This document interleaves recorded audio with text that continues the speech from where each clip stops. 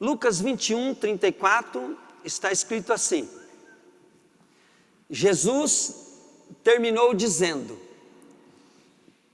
fiquem alertas, não deixem que as festas, ou as bebedeiras, ou os problemas desta vida façam vocês ficarem tão ocupados que aquele dia vos pegue de surpresa. Uma coisa, querido, que nós temos que entender: quando nós entregamos a nossa vida para Jesus, nós entramos na primeira fase da nossa vida espiritual, e essa fase é a fase que você se torna filho de Deus, dependente de Deus, entra na família de Deus. Aí Deus passa a ser teu pai. Os irmãos da igreja passam a ser seus irmãos, passa a ser a sua nova família em Deus. E o que você tem que entender? Você vai entrar numa dimensão de luta, mas luta muito grande para poder permanecer na igreja. Eu não sei se os irmãos já reparou, quando nós chamamos uma pessoa para vir na igreja e ela decide vir, aparece parente que faz anos que não foi na casa dela, começa a vir, vem justamente no horário do culto, aparece um problema, eu acho que todo mundo já viu isso, né? Dá dor de barriga, dá dor de cabeça, o filho começa a ter problema, né? Se ela tem uma criança, aquela criança vai dar problema na hora, um pouquinho antes de vir para o culto. Por quê? Porque o diabo quer te roubar a sua salvação, ele quer te tirar o direito de ser filho. Mas quando você fica firme na igreja, você começa a entrar em outra fase. A fase de quem está firme em igreja é uma pessoa que, muito difícil ela perder a salvação, só se ela abandonar a igreja, né? Ela pode perder a salvação, mas você, querido, vai entrar em outra fase, você vai entrar na fase que agora você vai ser treinado, preparado, não mais para poder só ser filho, mas também para ser servo de Deus. E um servo de Deus, querido, ele começa a dar outro problema para o diabo. Não é mais o problema, por exemplo assim, um servo de Deus, o diabo considera assim: ele é filho de Deus, deixa para lá. Mas servir a Deus ele não vai poder, de jeito nenhum. Porque se esse cara começar a servir a Deus, ele vai começar a dar prejuízo para o inferno, ele vai começar a saquear o inferno, destruir feitiçaria, bruxaria, qualquer obra do diabo. Porque para ser servo de Deus, você tem que ser treinado. Vou dar um exemplo. Quando você é servo de Deus, você tem que aprender a não ser reconhecido. Por exemplo, o filho, o pastor não ligou para mim, não deu bola. O meu patrão não reconhece o que eu faço. Agora, um servo treinado, não. Um servo treinado, ele tem que estar pronto para ser criticado, exortado. Ele tem que reprovado às vezes, né, para poder se dar bem na vida, poder se dar certo no trabalho. O servo é diferente. O servo se cobra dele, querido, e ele tem menos direito e mais obrigação. E o Satanás não gosta disso. Então, aonde que Satanás vai arrumar? Satanás vai arrumar problema para que você fique ocupado com outras coisas, tenha outros tipos de problema para desanimar, e ele vai usar sua posição de filho para te tentar. Você trabalha na igreja, mas ninguém reconhece. Você dá dízimo, e o que você está recebendo? São tentações, porque você estava mudando de fase, muda o tipo de luta. Cada estágio nosso tem uma luta. Nós temos que aprender a ser filho e separar. Eu sou filho de Deus de todo jeito. Um servo, quando erra, ele chega: pai, errei. Porque o seu patrão é teu pai. É gostoso. Mas o pai, querido, não vai poder te dar mais, te confiar coisas em você, se você não for um servo treinado. Por que eu estou dizendo isso? O que tem uma coisa a ver com a outra, pastor? É que nós temos que entender, querido, que precisamos separar as coisas. Se nós não separamos as coisas, nós não podemos se estabelecer na nossa vida. Se nós não estabelecer, nós não vamos mudando de patamar. Porque você sabe aonde que é outra fase, aonde nós vamos chegar com esse negócio de ser servo de Deus? Nós vamos começar a ser amigos de Deus. né? Eu posso dizer sócio também, mas não é uma sociedade como aqui, mas sócio. Por quê? Porque Deus, Ele é como um dono de uma grande empresa que pega parte da empresa e dá para o seu filho. Então aquilo que Deus te deu, querido, Ele está confiando para você tocar. Deus é teu amigo, Ele é teu pai, Ele é teu patrão e Ele é o dono de tudo. Uma coisa que você tem que saber: quando você se torna amigo de Deus, você vai descobrir que você não serve a Deus só por causa de você mesmo. Você não serve a Deus só por causa da tua igreja. Você não serve a Deus só por causa da sua cidade. O nosso Deus, querido, Ele é um Deus universal.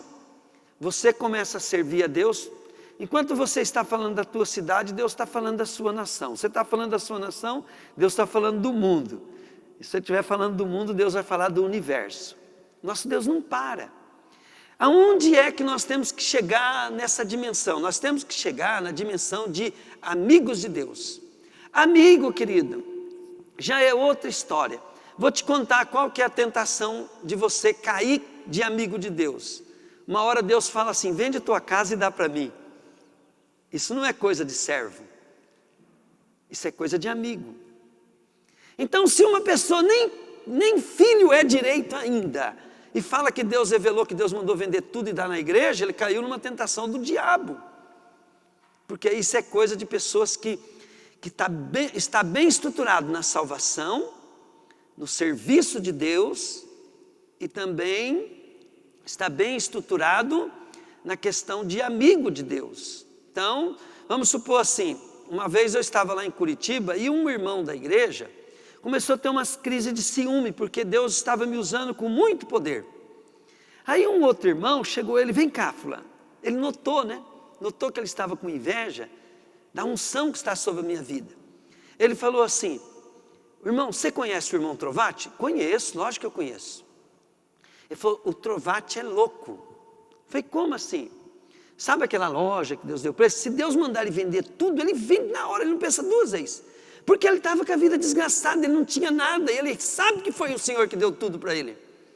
Então, não queira ter o que ele tem sem saber o preço que ele pagou. Aí, querida, é para você entender as dimensões que nós temos que andar. Parece normal, mas não é. Tem pessoas que já têm coração de filho, nunca vai perder aquela posição. E ele só sabe, esse filho que dele vem na igreja, ele só quer receber. Mas o servo, ele não quer ficar só como filho. Ele não quer ficar só um membro que dizime e vem. Ele quer produzir, ele quer fazer alguma coisa, ele quer ajudar. Aí essa pessoa, querida, ela começa a ter alguns direitos. Não é dinheiro na obra de Deus, mas ele começa a ter autoridade, poder, começa a ter algumas coisas que quem não faz nada não tem.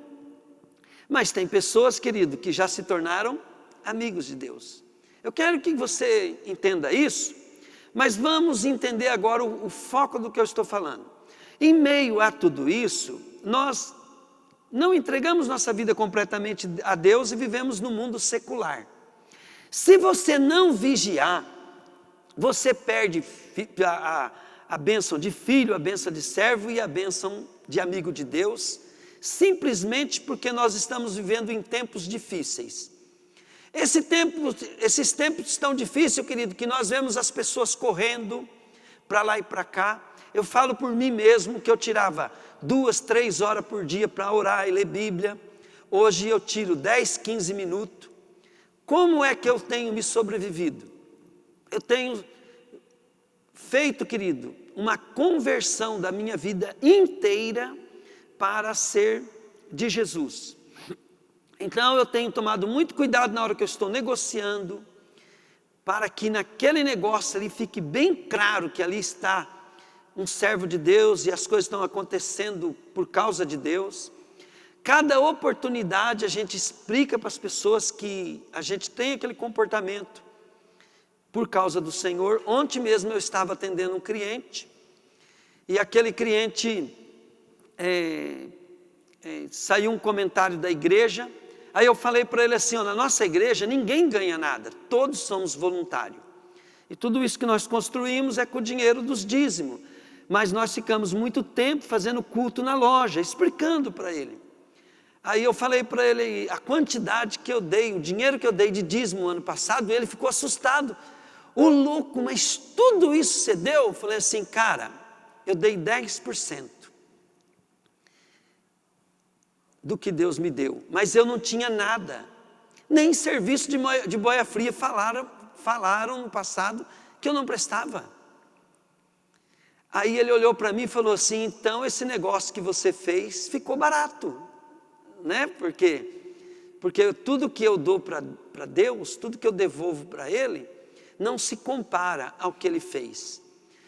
E aí, nós vemos aqui, olha bem, Jesus terminou dizendo, e quando Jesus estava terminando essa palestra que ele estava dando, esse ensinamento, ele estava falando da volta dele, como que ia ser a volta dele, como é que nós íamos ser pego. Querido, está igualzinho, parece que Jesus pegou a história nossa hoje ali, estava explicando como que nós deveríamos nos comportar um pouco antes da vinda dele. Jesus está voltando, não perca a sua salvação, mas entre, querido, na família de Deus, entrega a tua vida para o Senhor Jesus, entra na família do Senhor Deus. Uma coisa que nós temos que entender é que Deus só tem um filho. Deus só tem um filho. A Bíblia diz assim, porque Deus amou o mundo de tal maneira que deu o seu único filho, ou unigênito. Único, querido, quer dizer que não tem outro.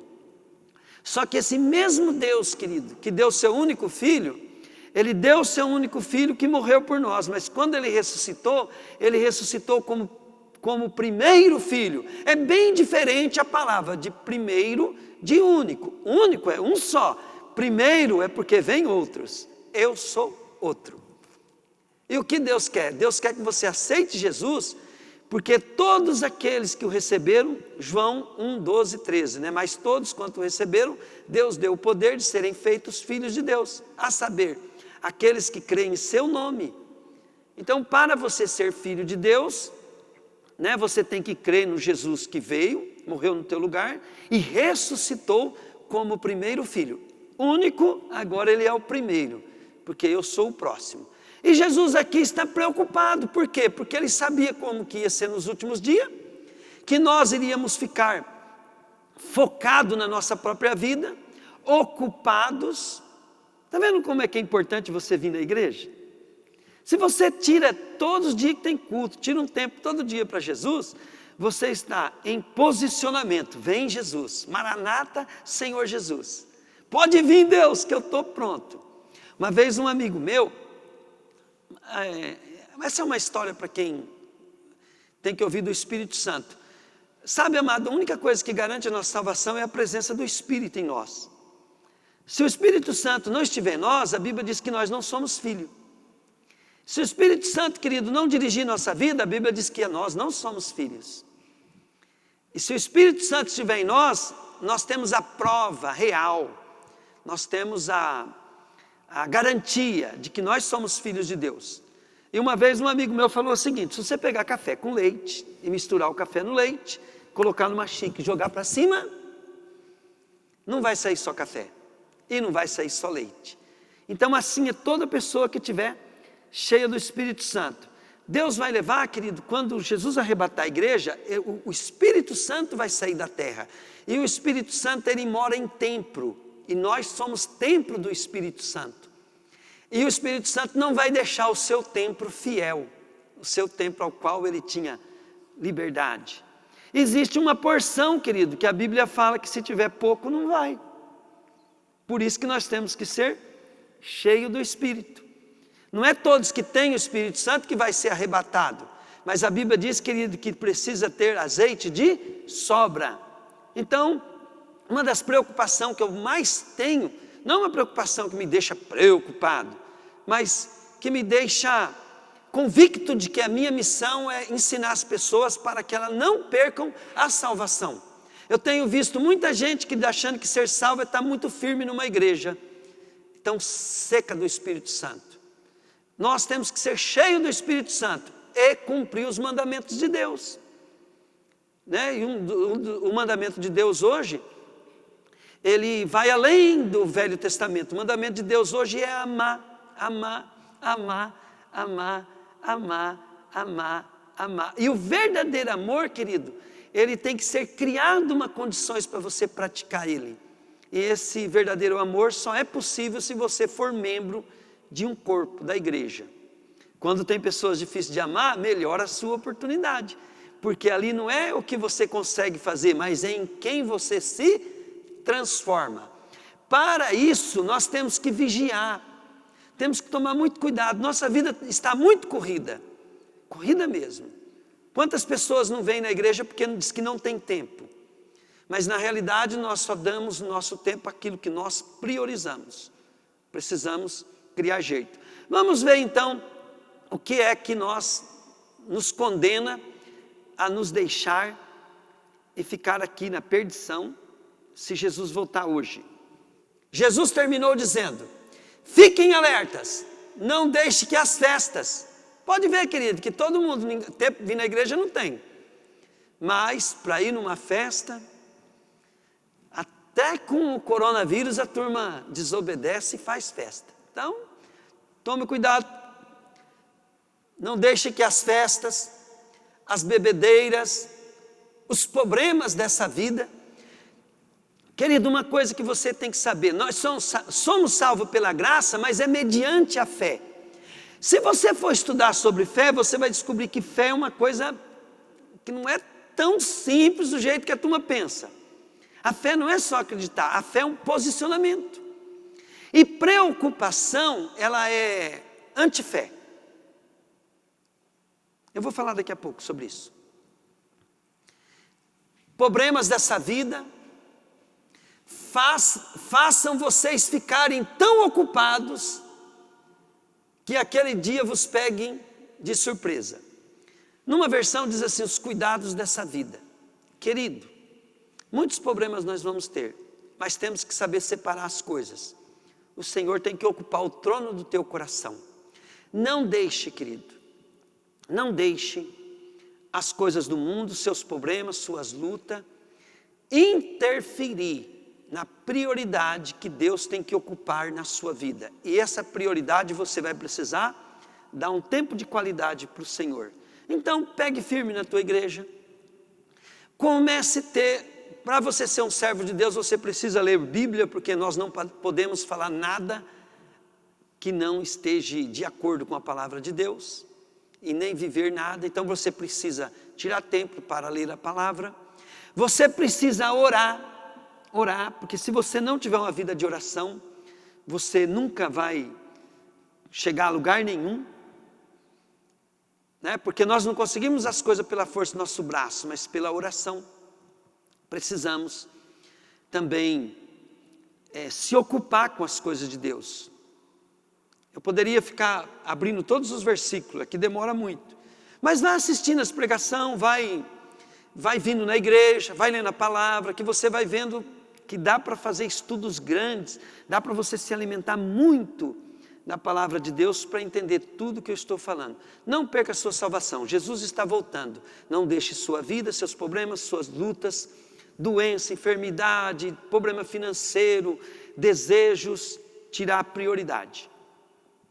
Não adianta você ganhar o mundo inteiro e perder sua alma. Não adianta você querer ter sucesso e ir para o inferno. Pai, abençoa as pessoas que nos ouvem, abençoa os irmãos aqui da igreja com essa palavra. Dá a eles, Deus querido, um conhecimento e um entendimento, e usa eles para a tua glória. Senhor, que todos esses que me ouviram tenham o nome escrito no livro da vida agora, porque eu sei que eles querem, em nome de Jesus. Amém. Glória a Deus.